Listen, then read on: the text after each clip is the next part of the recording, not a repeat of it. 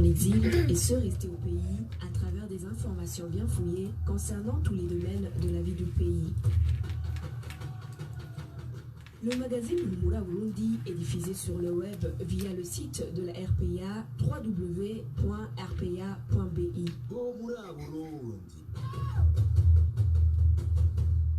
Nous nous excusons pour ce retard. Bonsoir et bienvenue à toutes et à tous dans le journal du magazine Humura Burundi de ce dimanche 25 août 2019.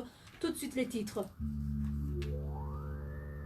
Les défenseurs des droits de l'homme au Burundi déplorent que la Tanzanie viole continuellement les conventions relatives à la protection des réfugiés, en forçant les réfugiés burundais à retourner dans leur pays d'origine. Pour ces défenseurs des droits de l'homme, les réfugiés burundais devraient saisir la justice internationale. Les affiliés de la mutuelle en mairie de Bujumbura demandent au gouvernement de disponibiliser les médicaments de type spécialité, vu que ces médicaments sont devenus rares et chers. Dans la rubrique Wahuka de ce dimanche, nous vous parlerons des enseignements à caractère haineux que le parti CNDD-FDD dispense à la jeunesse burundaise, ainsi que des conséquences qui en découleront. Voilà pour le sommaire, vous suivez ce journal en direct sur la page Facebook de la RPA. À la présentation, Nadejila Kodze, à la cabine de son, Fabrice Ndimurukun. Émile Nibasumba assure la prise d'image. Encore une fois, bienvenue. Débutons par la page sécurité. Un enfant est mort ce dimanche matin suite à un climat malsain qui persiste entre les forces de l'ordre et les conducteurs de taxi-moto dans la commune Mutao de la province Gitega. Les policiers ont barré la route aux conducteurs de taxi-moto qui transportaient cet enfant à l'hôpital. Le point avec Clovis Nyonzima, stagiaire à la RPA. Déguisé en civil, un groupe de policiers a envahi le matin de ce dimanche le site de Mutaho et ses environs. Ils ont aussi commis l'irréparable, signale un des habitants. Les policiers ont vraiment fait des bêtises. À Kanyaga, Emota a mené à moto un enfant malade à l'hôpital. Des policiers en tenue civile ont sauté sur cette moto. La moto est tombée par terre. Le motard et ceux qui accompagnaient l'enfant ont fui. Les policiers sont partis avec la moto. Mais au retour des parents de l'enfant, ils ont retrouvé l'enfant déjà mort. Maintenant même, on est en train de préparer le cercueil. Également, des policiers en civil pour chasser les motards. Ils attrapaient tout motard qu'ils croisaient. Ce qui est étonnant est qu'aucune autorité, que ce soit l'administrateur, le chef de zone ni le chef de la colline, personne ne peut te défendre même si tout se passe à leur vue et su. Si on fait recours à certains d'entre elles, elles t'envoient à la police comme si ces administratifs à la base ne savent pas leur rôle. Joint par téléphone, Denis Nyomuhani, administrateur de la commune Mutaho, nous signifie qu'il ne connaît pas la radio RPA. Pour rappel, ces mésententes avaient commencé ce vendredi et le motif était l'argent que les responsables de la police dans la commune Mutaho soutiraient aux motards. Clovis Nyonzima et en province Ngozi, 4 motos de transport ont été saisies par la police de la commune Nyamurenza depuis ce vendredi. Les propriétaires de ces motos indiquent que la police les accuse d'avoir déplacé les membres du parti CNL lors de l'ouverture solennelle de leur permanence à Muyinga dimanche dernier. Les détails avec Walter Kwizera, stagiaire à la RPA. Les mototaxis confisqués par la police appartiennent aux habitants de la commune Nyamurenza, province Ngozi. Certaines sources à Nyamurenza affirment que 4 mototaxis ont été confisqués par la police ce vendredi sur ordre de l'administrateur communal. Les mêmes sources expliquent que leurs propriétaires sont accusés d'avoir déplacé les membres du parti CNL lors de l'ouverture solennelle de leur permanence dans la province Muyinga, c'était le dimanche dernier. Selon les mêmes sources, ces motos sont enfermées au poste de la police de Nyamurenza. La police est à la chasse d'autres motos qui ont déplacé les militants dits CNL, ajoutent nos sources. Les conducteurs des mototaxis de la commune Nyamurenza dénoncent la violation de leurs droits. Ils expliquent que le transport est leur gagne-pain et qu'ils déplacent les gens sans tenir compte de leurs appartenances politiques. Actuellement, les propriétaires des mototaxis confisqués demandent que leurs motos soient libérées pour qu'ils continuent à survivre. Contacté, Dieudonné Nyonzima, administrateur de la commune Nyamurenza, nous a renvoyé à la police. Mais le commissaire de la police dans la province Ngozi, Edouard Mokoko, n'a pas répondu à notre appel téléphonique. Ces motos ont été confisquées par la police alors que le premier vice-président de la République, Gaston Sindimgo, a récemment dénoncé le harcèlement à l'endroit de certains commerçants dont les transporteurs sous prétexte qu'ils déplacent les membres des partis de l'opposition. Gaston Sindimgo l'a déclaré ce jeudi au cours d'une rencontre avec les présidents des différents partis politiques et les gouverneurs des provinces. Suivez.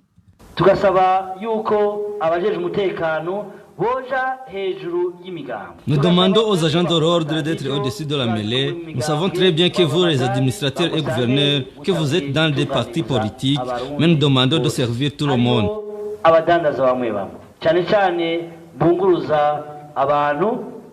Il y a des commerçants qui se plaignent. Ils disent que lorsqu'ils trouvent un travail pour déplacer les membres d'un parti politique X, on les intimide. Nous interpellons de laisser la liberté à tous les Burundais pour renforcer l'unité nationale. Pour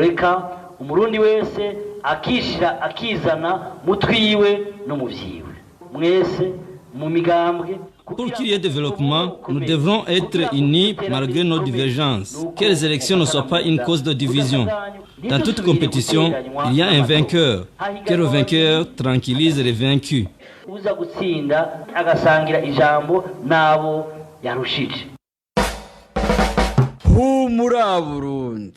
Parlons à présent politique. Les propos tenus par le ministre de l'Intérieur de la Tanzanie lors de sa visite au camp d'Omtendeli est une insulte pour tous les Burundais. C'est du moins l'avis de Jean Bosco Ndayikengurukiye, un des politiciens burundais en exil.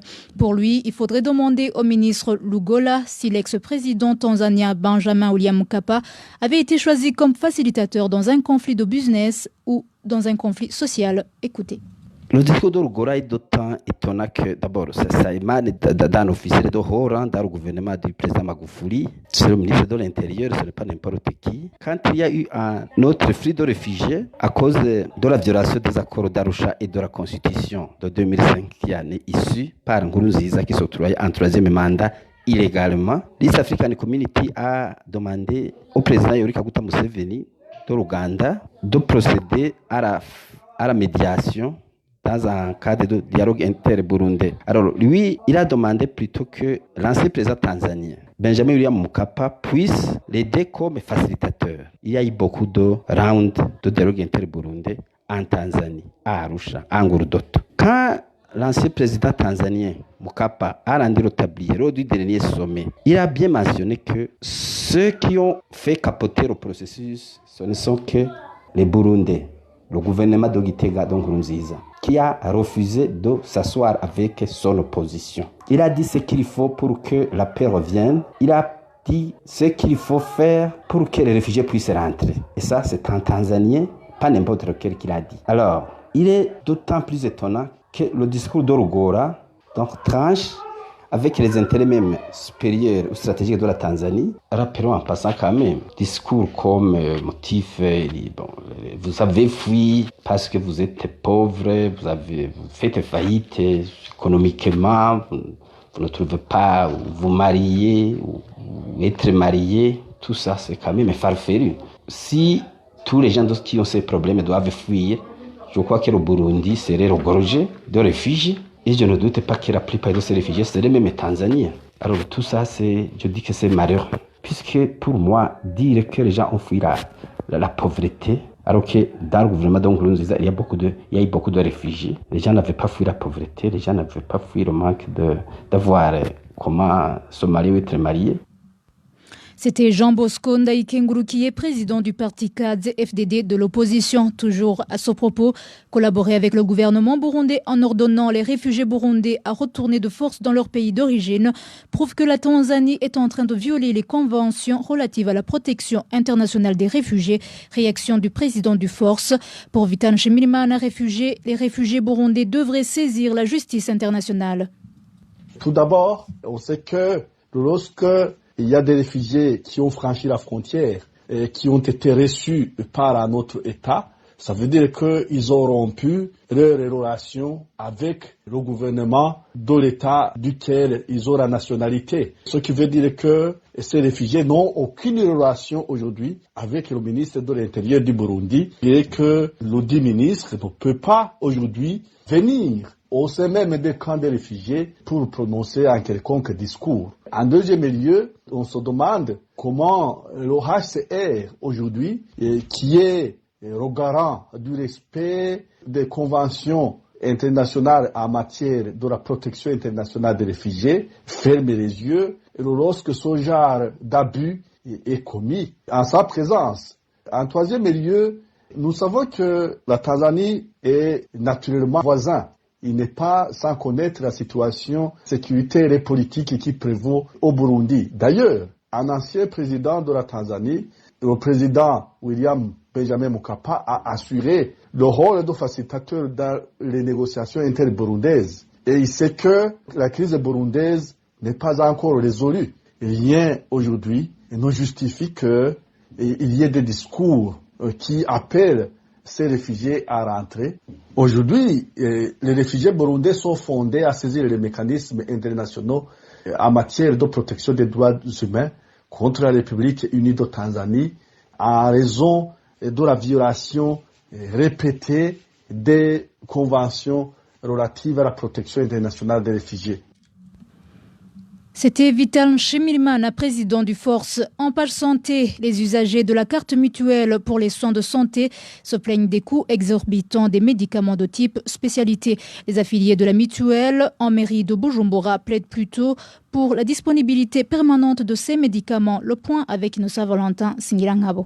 Les usagers de la mutuelle affirment qu'une décision interdisant la distribution des médicaments type spécialité serait prise. Ils indiquent que cette décision ne le facilite pas, d'autant plus que certaines maladies ne peuvent pas être traitées par des génériques. Des personnes qu'on a rencontrées mais qui ont voulu garder l'anonymat indiquent qu'ils passent beaucoup de temps à l'hôpital par le manque des médicaments spéciaux. À l'hôpital Roi Khaled, un parent qui, son enfant hospitalisé, nous a indiqué que tous les médicaments de type spécialité prescrits à son patient, les pharmacies collaborant avec la mutuelle ont refusé de donner ces médicaments. Il a été obligé de prendre des génériques. La convalescence de son enfant reste stagnante. Ces problèmes s'observent aussi chez les malades usagers de la mutuelle de l'hôpital Prince-Régent Charles. Ils indiquent qu'ils sont obligés d'ajouter l'argent supplémentaire pour avoir les médicaments prescrits. La plupart des fois, les médicaments qui traitent les maladies chroniques sont des spécialités. À la pharmacie, on nous oblige d'ajouter au moins 11 000 francs burundais pour être servi ce genre de médicaments. C'est vraiment fatigant. Que l'État intervienne pour que la situation redevienne normale.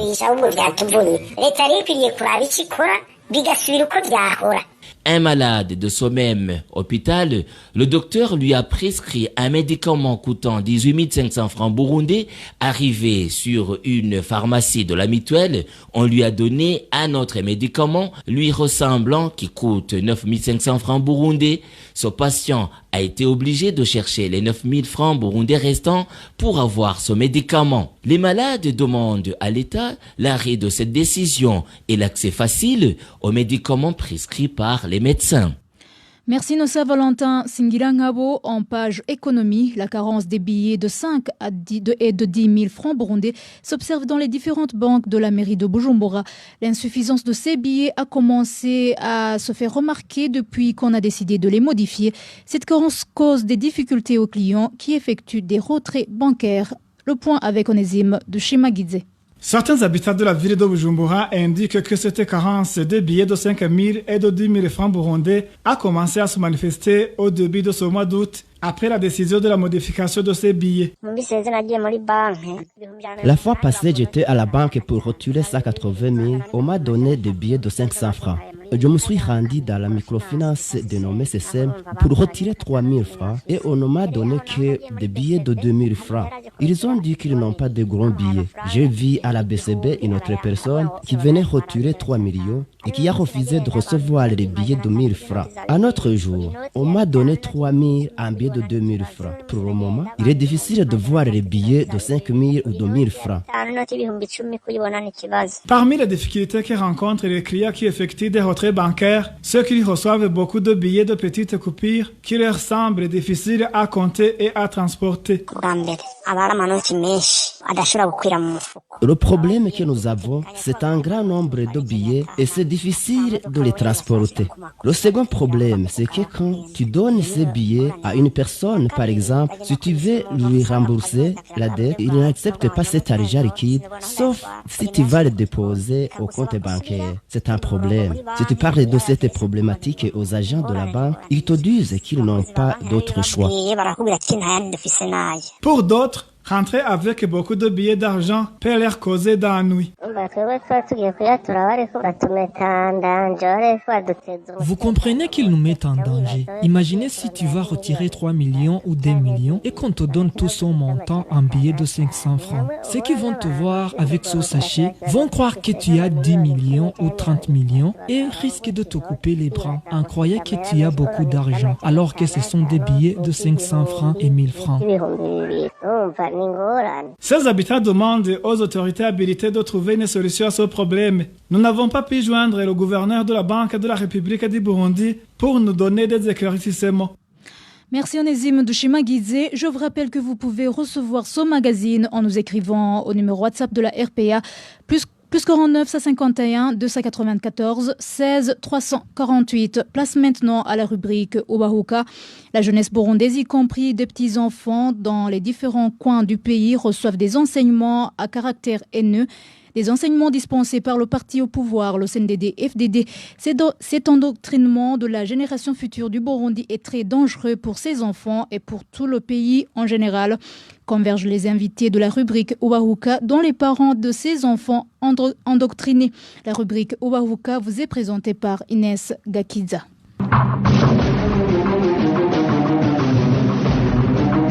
Ubahuka. Ubahuka. Ubahuka.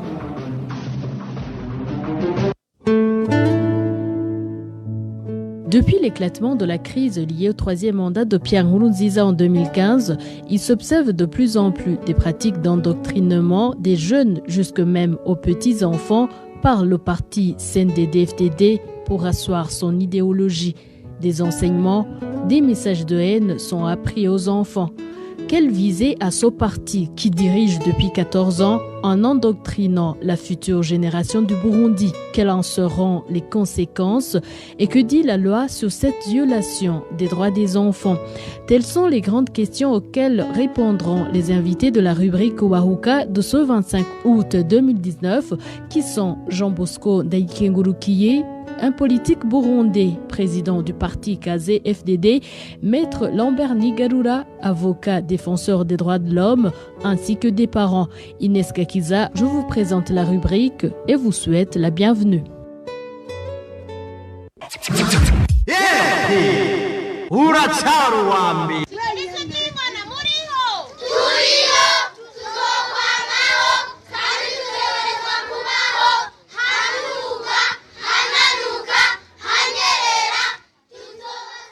Ces petits-enfants se disent Ibisruviingona, aiglon en français, des enfants des membres du parti de l'Aigle, le CNDD-FDD. Sur acclamation de leurs encadreurs, ces enfants promettent de traquer porte à porte tous les opposants à l'idéologie du CNDD-FDD.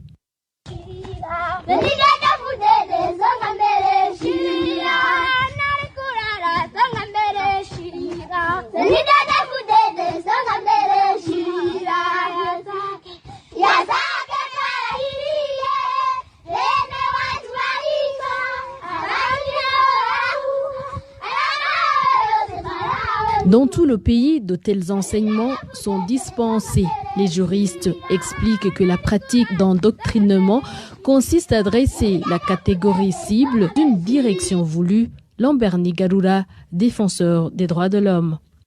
Quand on parle d'endoctrinement, il faut comprendre qu'il s'agit d'une idéologie, d'un enseignement donné à quelqu'un pour qu'il fasse ou dise une chose comme on le désire. L'endoctrinement a été toujours utilisé comme lavage de cerveau Et là, nous faisons référence aux jeunes djihadistes qui ont été endoctrinés en les faisant croire que tuer un opposant ou quelqu'un qui n'est pas de sa nationalité, automatiquement on est admis au ciel. Et vous comprenez qu'il s'agit d'une idéologie grave.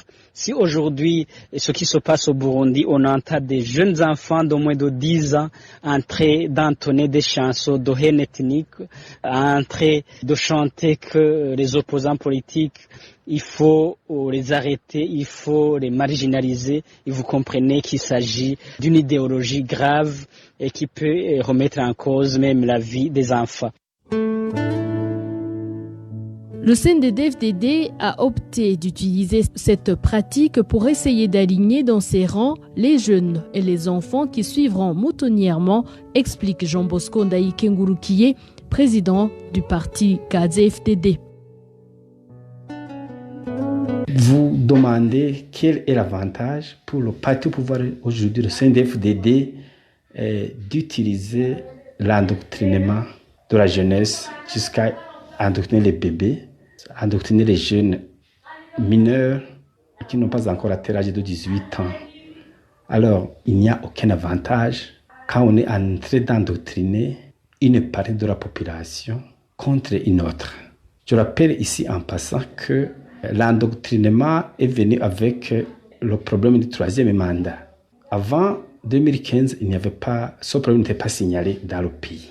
Alors, aujourd'hui, le CNDD-FDD utilise l'endoctrinement de la jeunesse pour expliquer que les problèmes actuels dans le pays ne sont pas burundais, ce sont des problèmes extérieurs. Ils sont importés. Il s'agit des anciens colons qui utilisent certains pays de la sous-région, qui veulent le contrôler et le pays voler ses ressources naturelles, etc. Alors, vous comprenez que le problème majeur est contourné. C'est le problème que vous savez, c'est la violation des accords d'Arusha avec le troisième mandat illégal de Nkurunziza. Alors, CNDD-FDD peut respirer un peu en essayant d'expliquer à la jeunesse et même aux adultes que le problème vient d'ailleurs. Mais je dis bien, ça serait un avantage pour le CNDD-FDD très précaire. Les parents, même s'ils envoient leurs enfants dans ces enseignements, reconnaissent qu'ils hypothèquent l'avenir de leurs enfants. Certains le font sur menace, d'autres par spéculation personnelle, faisant fi des conséquences. Cette pratique se généralise au Burundi. Des enseignements pareils sont dispensés même dans les écoles. Les enfants deviennent comme des sauvages, ne tolérant pas les membres des autres formations politiques.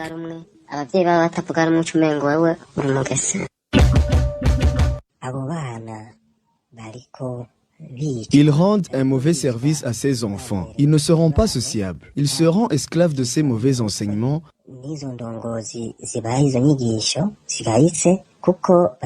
Et les responsables, ce sont ces leaders qui dispensent ces enseignements haineux. Les enfants grandiront avec un esprit divisionniste, rempli de haine suite à ces enseignements.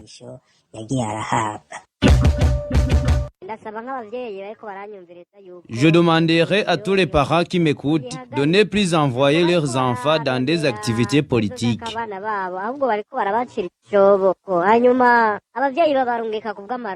Ils visent des profits, mais ils se trompent. Ils creusent des trous à leurs propres enfants.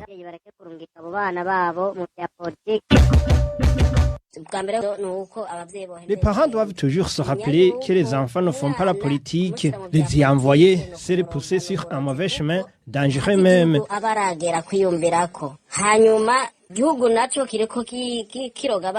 Les dirigeants qui le permettent veulent semer la haine dans les générations futures. Ce sont des enfants. Ils retiennent tout et rapidement.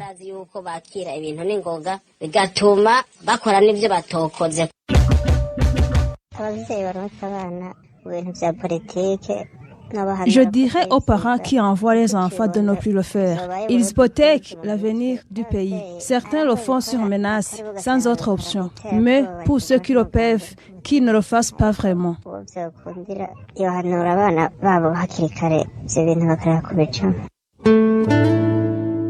Les conséquences sont plus nombreuses. Ces endoctrinements faits par le CNDD-FDD aux enfants et aux adultes peuvent même aboutir à une guerre civile, dénonce Jean Bosco Ndaïkengurukiye.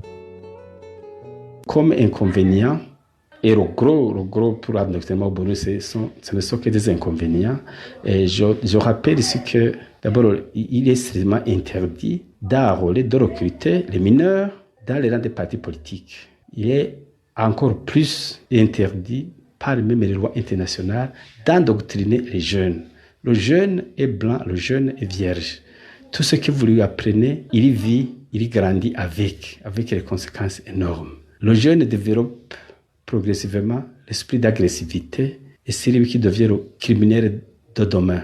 Alors pour les adultes qui sont supposés être éduqués avec son mélange de religion et de politique, certaines autorités, y compris même les plus hautes autorités, ils ont savamment su mélanger la parole de Dieu, la politique, pour contrôler, comme je l'ai dit, les corps et les âmes de les sujets. Alors il suffit d'expliquer qu'on est venu par la volonté de Dieu et que dans la Bible, il est bien précisé que ceux qui s'opposent au pouvoir en place, qui est venu de Dieu, ce sont que d'esprit satanique. Donc c'est facile quand cette confusion de religion et de politique mêle avec les émotions des uns et des autres. Donc voilà, donc même les adultes qui étaient supposés, censés faire le discernement, n'en peuvent plus quand on mélange ça avec la parole de Dieu qui est, elle, toujours véridique. Alors la conséquence, c'est que le droit à la liberté, et c'est le droit fondamental, les gens eux-mêmes, ils isolent gratuitement, ils écoutent et ils suivent moutonnement les enseignements. La conséquence majeure pour notre pays, c'est la régression au niveau de la démocratie. La démocratie, vous savez, elle est basée notamment sur la liberté d'expression, la liberté de penser, le respect des droits humains, la culture de tolérance.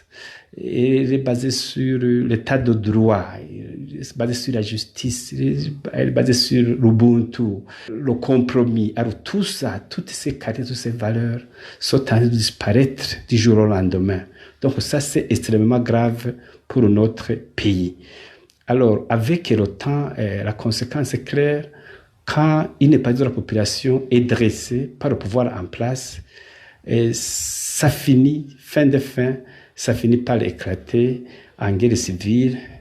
Excusez-moi si je ne dis pas directement que ça peut éclater en génocide, mais les exemples font région, notamment dans notre pays frère, le Rwanda. Donc, je dis enfin, nous devons tout faire en tant que citoyens burundais qui aiment notre pays pour condamner, vivement condamner l'endoctrinement entrepris comme stratégie par le parti au pouvoir pour contrôler les âmes et les corps de la majorité des Burundais.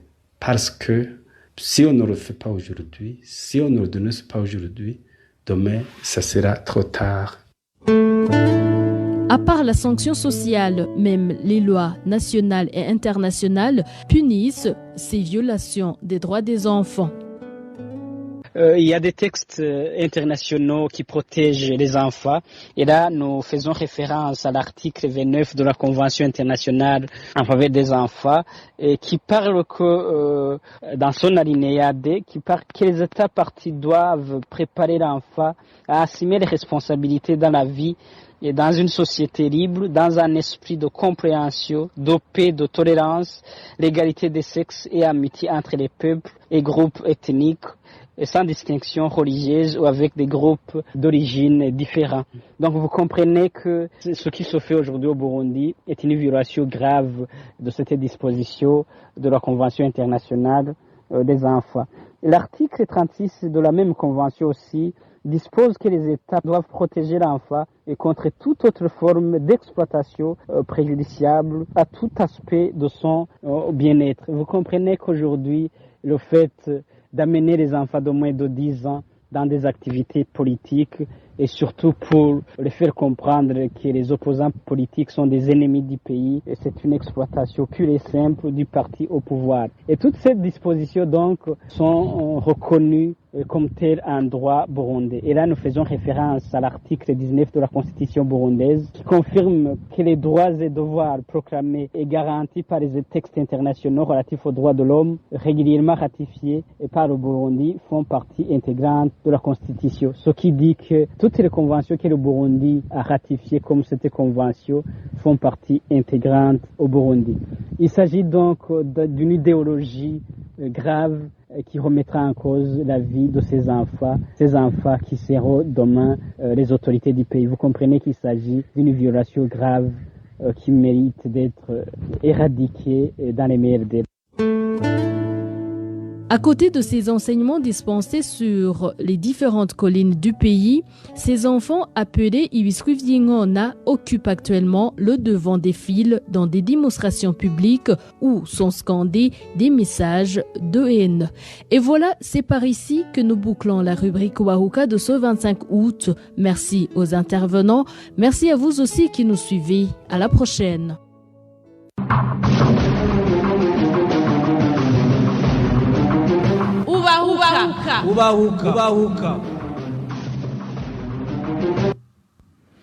Merci à toi Inès Gakidza et voilà fidèles auditeurs de la RPA, c'est ici que nous clôturons le journal de ce dimanche 25 août 2019. Merci de nous avoir suivis, merci à toute l'équipe rédactionnelle, merci également à Fabrice Ndimurukundo et à Emile Niwasumba qui assuraient la mise en onde et la prise d'image. À la présentation, vous étiez avec Nadège Irakodze. Excellente soirée chez vous.